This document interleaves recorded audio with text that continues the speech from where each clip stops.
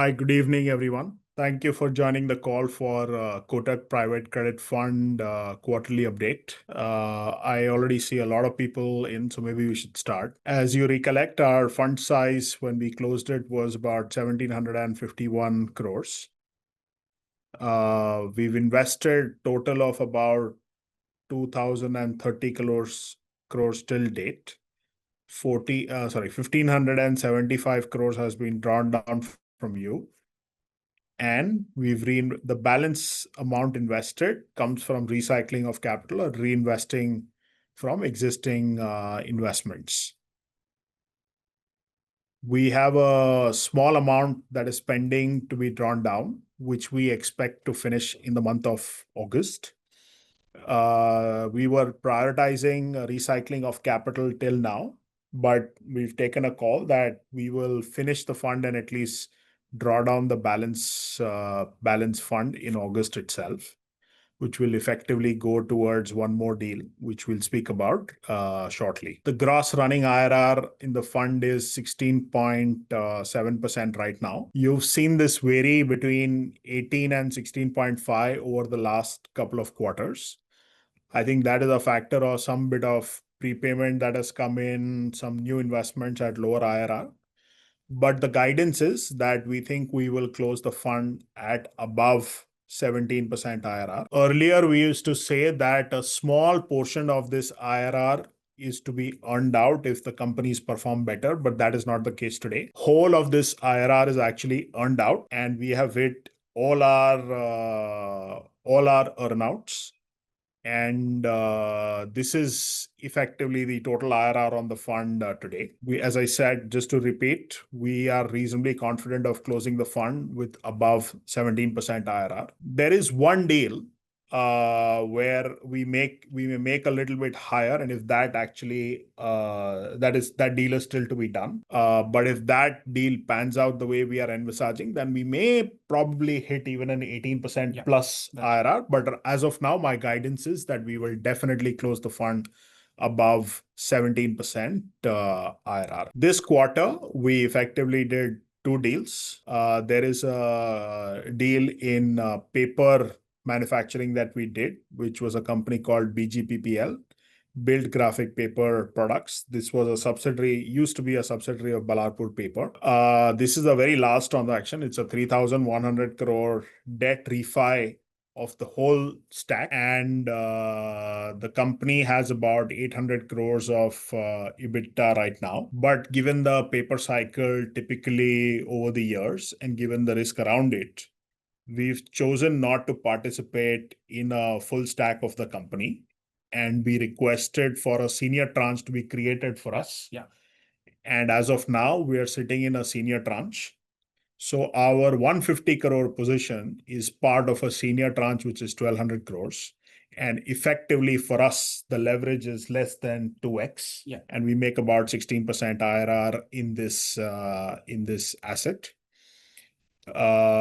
This is the plant and the machinery of this company is very, very good. One of the other reasons we've done this deal is because we as a house control more than 1,700 crores out of 3,100 crores of this total stack. And effectively, we have control over the company. In other cases, when we say control, there are different levels of control that we put. Some is on paper, some is actual monitoring. In this company, we actually have true control because we have one of our investing team members who actually sits in the company signing checks. Anything above 1 crore is signed by our team, not even a monitoring agency right now, but our team directly. I think in about 2 or 3 months, we will put together a monitoring agency in this company, and we will pass on some of those powers to the monitoring agency. We've also hired an operating expert in this company, and who used to be earlier with ITC Paper. And he actually works with the company to improve cash flows, to reduce expenses. We think that while the paper cycle is going through its own issues, our position of 150 crores with a 2x below 2x leverage, 16% IRR, and high level of control as a group gives us a very strong position per se. The second one is Karuna Ventures, which is one of the holding companies of the Strides Group. If you remember earlier, we had different positions in the Stride groups. There was one in the OpCo, there were few in the HoldCo. The OpCo one has now got paid out completely, and basically we've taken that money and created one more position in the HoldCo. Earlier, the group had two listed companies, Strides Pharma and Solara. Solara was the mothership, the main company of the group. And sorry, Strides was the main company of the group. And now the group actually has three listed companies.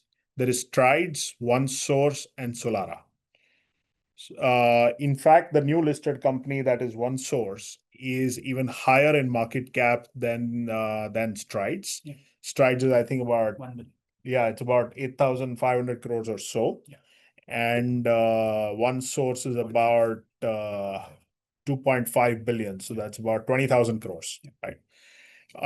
And Solara continues to be a smaller listed entity. All our exposure now we have consolidated against shares of Strides and Solara, the two listed large companies.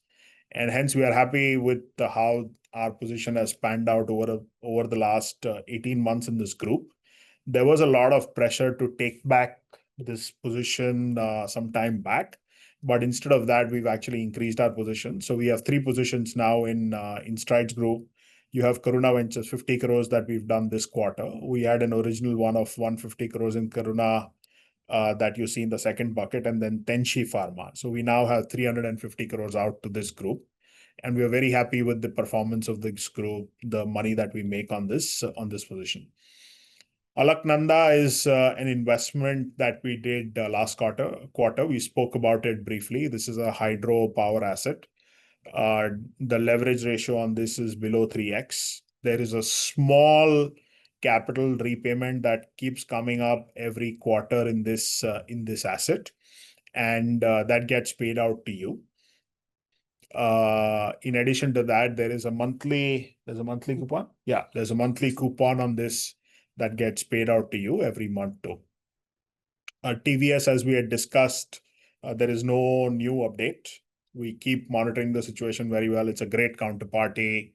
They know exactly what they're doing. They're planning to list one more company in the group. TVS Mobility Group, the largest listed company right now, is a logistics business called TVS SCS. That business in India is doing very well. Internationally, it has been struggling a little bit, so the market cap is down a little bit. But as a group, they're doing reasonably well. There is a lot of real estate in the group. Some bit, I think they've sold this quarter, from what I understand. So no new update on TVS as such. Hela Infra.Market is an existing position of ours, one of our old positions. Some of you may have noticed that this company has had a debt downgrade this quarter, and we've been monitoring this very closely for the last 9 months. Business has actually done much better. The company has raised 1,200 crores of equity earlier this year. Business has generated 1,400 crores of EBITDA for FY25. And with that, the leverage ratio in this company is below 3x. The company has been actually, but taking that, all the cash that they generate, they've been reinvesting back in the business, and it doesn't generate enough free cash right now.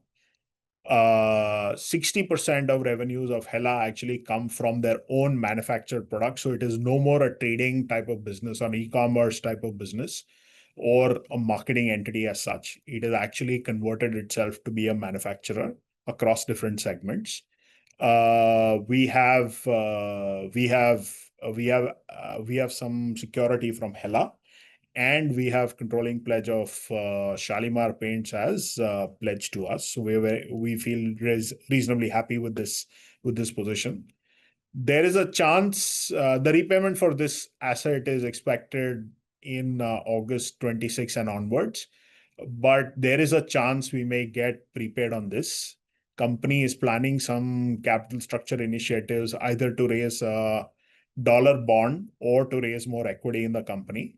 and basically reduce some of the shorter term debt in the company. And there is a chance, we don't know yet. I think we will know in maybe 1 or 2 months. But if this 200 comes back early, then we will recycle this. Trishashna is the holding company of Satin Credit Care.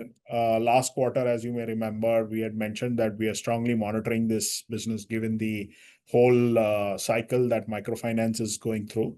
But we are very happy to see that the sector once has stabilized, and Satin has come out looking much stronger out of this cycle. My view is that it'll still take about a quarter for the sector to stabilize completely, but it's doing much better. Again, we are not in Satin Credit Care per se. We are in the holding company, which has its own business also. And earlier, our repayment structure on this was, we were charging interest for the first year once a year, and then after that every quarter. And there was no principal repayment over 3 years on the structure. However, the company themselves had come forward last quarter to start repaying us about 3.5, 4 crores. Yeah, 3.5, 4 crores per month. And they continue to do that. Some bit of that is allocated towards interest, some bit of that is allocated towards principal, which is getting paid out to you every quarter. If you see the number, it is 2.53 of capital repaid. So that is basically 2 months of principal repayment that has gone out to you this quarter. I'm not spending time on the exited investments. We spoke about that earlier in the last quarter update. There are two deals that we are currently working on. One is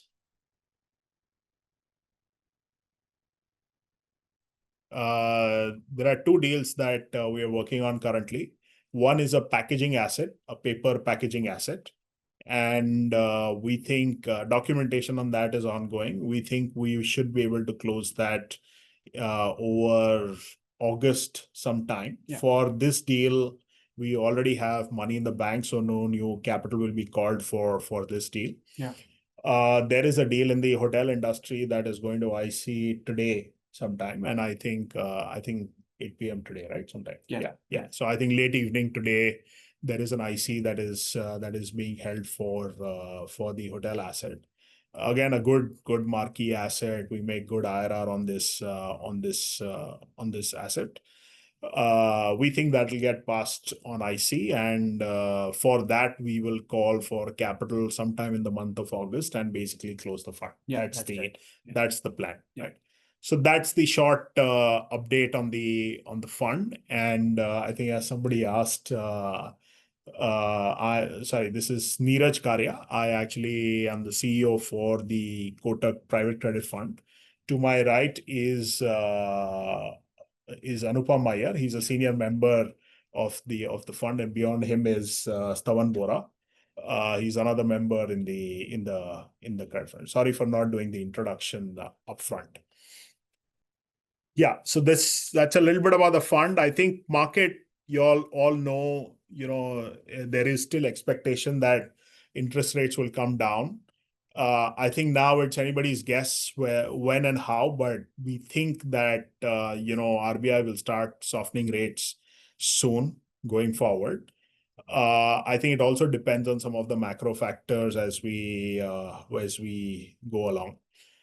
So we'll have to wait and watch that. But from a current volatile equity market perspective, even a high interest rate cycle, I'm reasonably happy with what we are delivering as a fund at about 16.7 or 17% IRR, and we hope to continue to do this as we go forward. Yeah. Yeah, so that's it about the fund. I'm happy to answer any questions that you may have. You have a chat box. Please feel free to write questions in that, and I and Anupam and Stavan can see it and happy to answer them.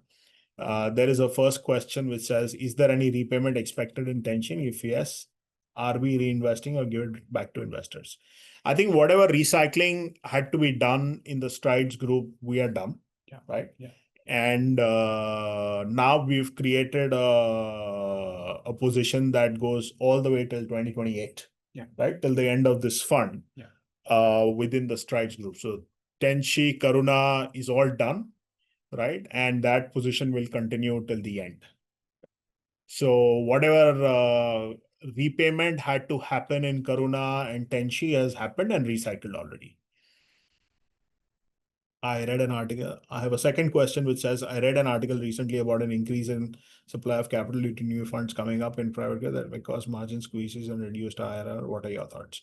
Yeah, in general, Vani, this trend continues. The question is that there is a lot of new funds coming up in private credit space, and that has caused margin squeezes and reduced IRR. What are our thoughts? Yeah, so this is a completely fair statement.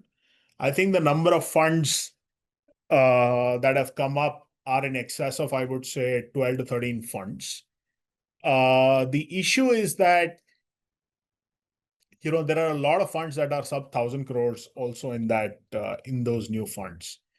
And they fight tooth and nail when it comes to IRR, when it comes to risk in doing deals.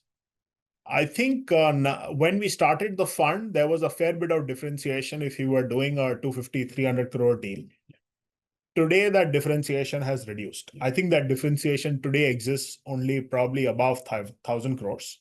It doesn't exist in a 200-300 crore deal. That's at least my take. But if you see our portfolio, I would say more than 60-70% of the portfolio is built with people we know from the past as a house, right? So either we've done business with them as a house or individually us as a team would have done business with them. So that has helped us keep some of these positions alive longer. It has helped us generate a little bit of differential in terms of IRR versus the rest. But yes, some of the new deals that we have done, I think we are clearly doing maybe 100, 150 bips lower than what we would have seen 2 years back. Yeah. Right. But in spite of that, we've been able to keep it at about 17% IRR. I think one additional comment I would make is, beyond margin squeezes and IRR, I think the main issue we face is softening of security structures and softening of terms, right? And, when people don't price in risk properly, and when people don't, when there are other fund managers which are happy to do deals at riskier deals at softer terms without diligence, that starts becoming a little difficult for us because we as a house, we do diligence in almost every deal that we enter in. I think that creates a bigger problem for us rather than IRR. IRR, we know how to make, we know how to recycle. We can choose to do certain deals, not choose to do certain deals. But I think it is the risk perception in the market, what people underwrite is the issue. The effect of that is longer deal cycles. Effectively, that's what has happened, right? You are not just because you have underwritten a deal, you are getting into diligence doesn't mean you will close it. I think that effectively that's what happens. Do you have any coupon step-up triggers and triggers for rating downgrades? Do your views about sector concentration in terms of paper packaging versus structure? Yeah. So I think on Hela, we don't need any triggers because we are far ahead of the market in terms of the IRR itself that we have already charged them, and we are.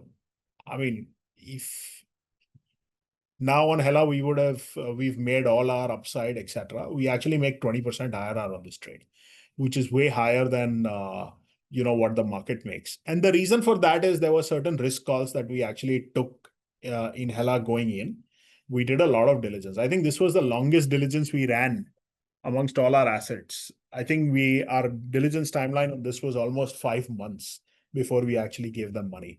So we are reasonably comfortable, at least as of now, and we picked our security also very carefully. We have controlling stake of Shalimar, which gives us a lot more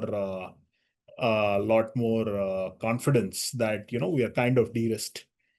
The second question is, do we have views about sector group concentration in terms of paper packaging? Yeah, so I think on paper packaging, look, we don't want to go very high given the whole sector cycle. And you will see that we've actually kept it below 10% of our fund. It's effectively 8% of our fund, which is quite low. We generally operate somewhere around 10 to 12% for an average, 10 to 15%, I would say, for an average deal. In terms of Strides Group, look, I think that is a group we know extremely well. We are now about 20% to this group, but now we have two companies in the group from which we have our security structure coming from. One is Strides, one is OneSource. Both are very different businesses. While both are pharma businesses, Strides Limited is a formulations company, is an eventual medicine company, and OneSource is a CDMO, right? So it's a completely export-based business, basically working with large global pharma. So in a way, they are different while they're part of the broader pharma chain. And we are very comfortable with this, and that's why we've actually gone ahead and increased our exposure to Strides Group. It is pharma and healthcare today are the most growing sectors. We definitely wanted exposure in our portfolio to these sectors.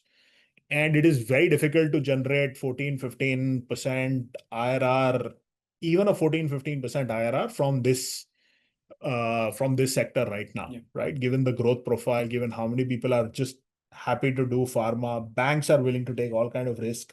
NBFCs are willing to take any kind of risk with them.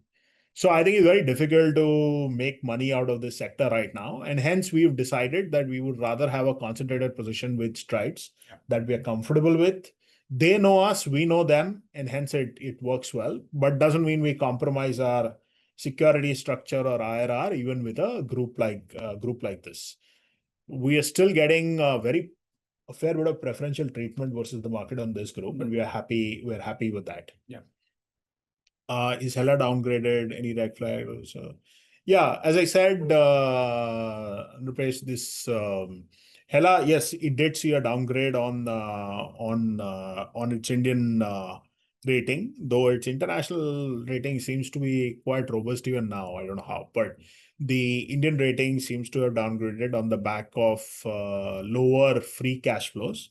Company has been in investment mode. We don't see any issues with respect to regular coupon payment or principal payment as of now. In fact, even this morning, the promoter of Hella was in our office to discuss few strategic capital structure options with them. Shalimar performance is degrading. Yeah, Shalimar is, for us, it's a little bit more, I think the question is, how is Shalimar effectively doing? So as a sector, the paint sector has taken a little bit of beating because of Ultratech's entry into the sector. I think the sector will remain soft, but Shalimar, actually, a lot of it is not visible in the public domain. But Shalimar as a business has done much better on volumes. The market average pricing drop is about 20%. Shalimar has only dropped the price by about 10%. So it was anyways a lower price player. So it has not really fallen off the cliff. So that is a good thing to see. Volume pickup in Shalimar is actually good. What Hella has done in terms of the management structure of Shalimar is actually really, really commendable. They've put in a new CEO last year, who is now in full control this year. And they've created a full FMCG team within Shalimar. So I think that business, while the sector will see its ups and downs, but I think Shalimar is a small player in that whole paint space, has done relatively better, I would say. Good. I don't see any more questions on the I think your question seems to be with respect to the fund, that is there any repayment expected in FY 26 and 27? So if you see our deck, for each position, there is a repayment schedule that's given. For example, in Hela, the next payment due is August 26. Uh, in Tenshi, it is due in April 27? 27. Okay. And then for Karuna, it's 28. For Trishashna, as I said, it's next due in 27, but the company is paying a little bit every quarter. TVS Mobility, the next principal payment date is Feb 27. And Alaknanda, there are small amounts that keep coming every quarter. I think the main amount starts from when? It starts year and a half. Yeah, about 18 months later in Alaknanda is when the majority of the repayment starts. Till then, there are very small amounts, about 2%, 3% that keep coming for the next 18 months. Got it. And built is also the same for first 18 months is There is a quarterly bill. There is a quarterly. yeah, how much is it per First year is 1 5 crores. 12%. 12%. Yeah. So 12% of our position in built comes back in the first 1 year. And then balance, there is a quarterly repayment that will keep coming up. So it's an even scale in built. I think the question is okay. I'll take the fund level repayment question first, and then I'll come to the others. If we consolidate our funds, how much capital repayment will happen in each financial year? I think from now to I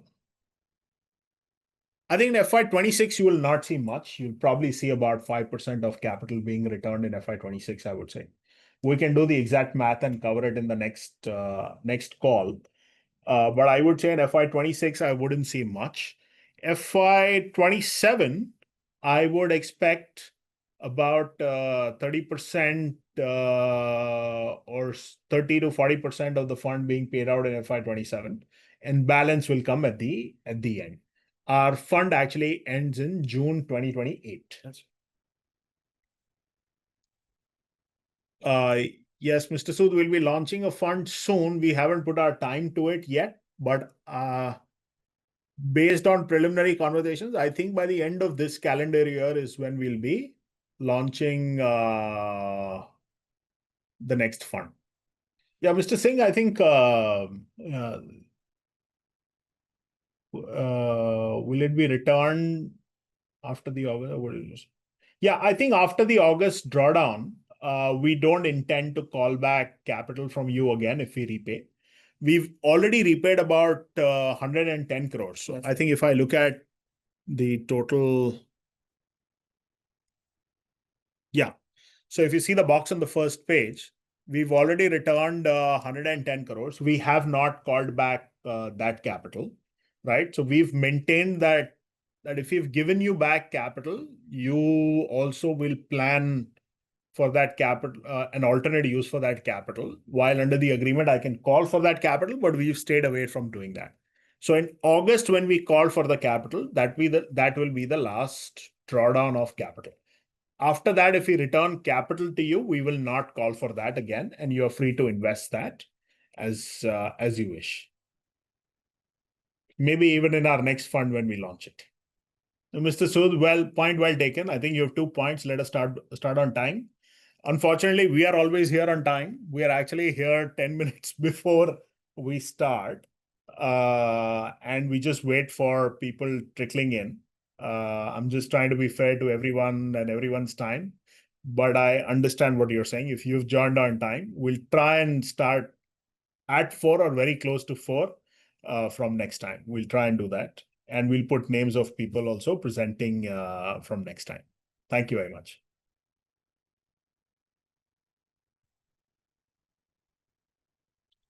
Yeah, the last question is, when are we expecting to launch the next fund? As I had mentioned, we think we will launch the fund maybe end of this calendar year. That's the broad plan right now. We've not put an exact month, so maybe it may be December. It may be December 2025 or Jan 2026, but sometime around the end of the year. Great. It doesn't seem that there are more questions. Happy to answer anything if you have offline.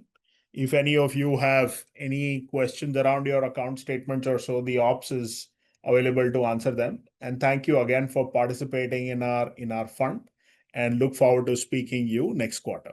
Thank you. Bye.